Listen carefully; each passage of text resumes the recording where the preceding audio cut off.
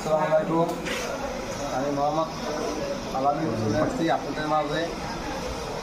এই মোদী সরকার বাংলাদেশের মধ্যে পানি ছেড়ে দিচ্ছে। এই পানিতে 4টা জেলার মানুষ খুবই ভোগান্ত এবং তলাইয়া রয়েছে পানির ভিতরে। কেউ 4টা টাইপের খেতে পারতেছে না, কেউ পোশাক পাইতেছে না, খুবই দুর্নীতি আছে। তাই আমাদের খুবই মায়া এবং মায়া লাগতেছে। এই ক্ষেত্রে বিশ্রামের পক্ষ থেকে আমরা আজকে রাত্রে এই ট্রেলার নিয়ে যাবো। এগুলো আমরা সব কিছু প্যাকেট করেছি। রাত 12টা বাজে গাড়িতে থাকবো অবশ্যই।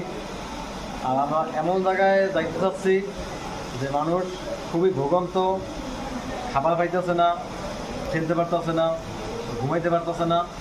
আমার ওই জায়গায় যাইতে আছি। যদি আপনারা কোনো সন্ধান পান যে এই জায়গায় গেলে ভালো